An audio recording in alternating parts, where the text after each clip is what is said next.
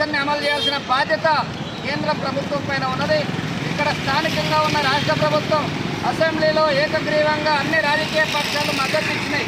మరి అసెంబ్లీలో ఉన్న బీజేపీ ఎమ్మెల్యేలు ఎక్కడ కూడా అడ్డుకోలే.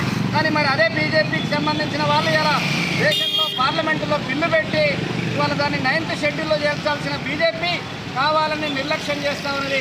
ఒకవైపు రిజర్వేషన్ కావాలని ఇక్కడ సంతకాలు పెడతారు, ఇక్కడ ఆమోదం తెలుపుతారు, కానీ కేంద్రంలో మాత్రం ఇవాళ మోకాలు అడ్డుకున్న పరిస్థితి బీజేపీ వైఖరి ఉన్నది. ఇది సరైనది కాదని చెప్పి సందర్భంగా మేము చర్చిస్తూ ఉన్నాం. ఇవాళ బీసీల రిజర్వేషన్ అమలు కావాలనంటే అది ఖచ్చితంగా పార్లమెంటులో బిల్లు రూపంలో రావాల్సిన అవసరం ఉన్నది. అక్కడ బీజేపీ అడ్డుకున్నది.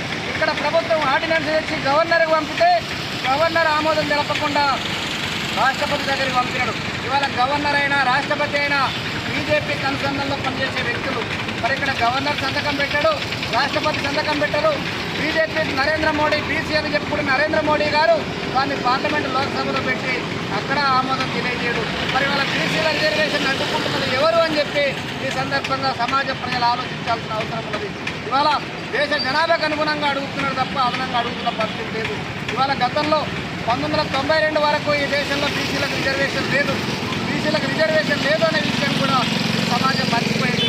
మరి 92లో అప్పుడు పీపీ మండల్ గారు ఇచ్చిన రిపోర్టు ఆధారంగా రిజర్వేషన్ అమలు చేస్తామని చెప్పి సిట్టింగ్ గవర్నమెంట్ ముందుకు వస్తే దాన్ని అడ్డుకోవడం కోసం ఆ రోజు ఎల్కే అద్వానీ రథయాత్ర పెట్టి ఆ రోజు బీసీల రిజర్వేషన్ అడ్డుకున్నారు.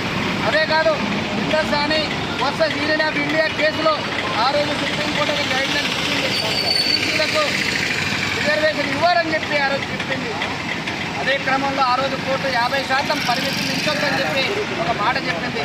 కానీ ఇవాళ ఇదే భారతదేశంలో తమిళనాడు రాష్ట్రంలో 69% బీసీల రిజర్వేషన్ అమలవుతున్నది కదా.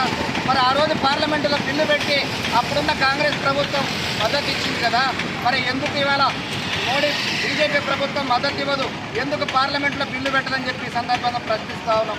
ఇవాళ తమిళనాడు తరహాలో 69% రిజర్వేషన్ను తెలంగాణకు అవసరం ఉన్నది. ఖచ్చితంగా పార్లమెంట్లో బిల్లు పెట్టాల్సిన బాధ్యత ఉన్నది. ఇవాళ బిల్లు పెట్టాలని సుప్రీంకోర్టు కూడా ఒక గైడ్లైన్స్ ఇచ్చింది. రిజర్వేషన్ కావాలి అంటే 50% మించొద్దనేది ఎక్కడ రాజ్యాంగంలో లేదు.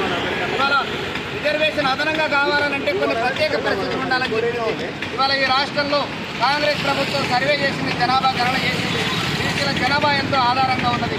మరొక వైపు అసెంబ్లీలో బిల్లులు పెట్టి గవర్నర్ దగ్గరికి పంపినారు. 3 నెలలకు పైగా గవర్నర్ దగ్గర బిల్లు పెండింగ్ ఉంటే అది ఆమోదించినట్టే అని చెప్పి సుప్రీంకోర్టు గైడ్లైన్స్ ఇచ్చింది తమిళనాడు కేసు విషయంలో. మరి ఇవాళ గవర్నర్ 3 నెలలు ఆపినడు అనంటే ఆ బిల్లు ఆమోదం పొందినట్టే. మరి ఆమోదం పొందినట్టు అక్కడ జరిగిపోయింది. ఇక్కడ అసెంబ్లీ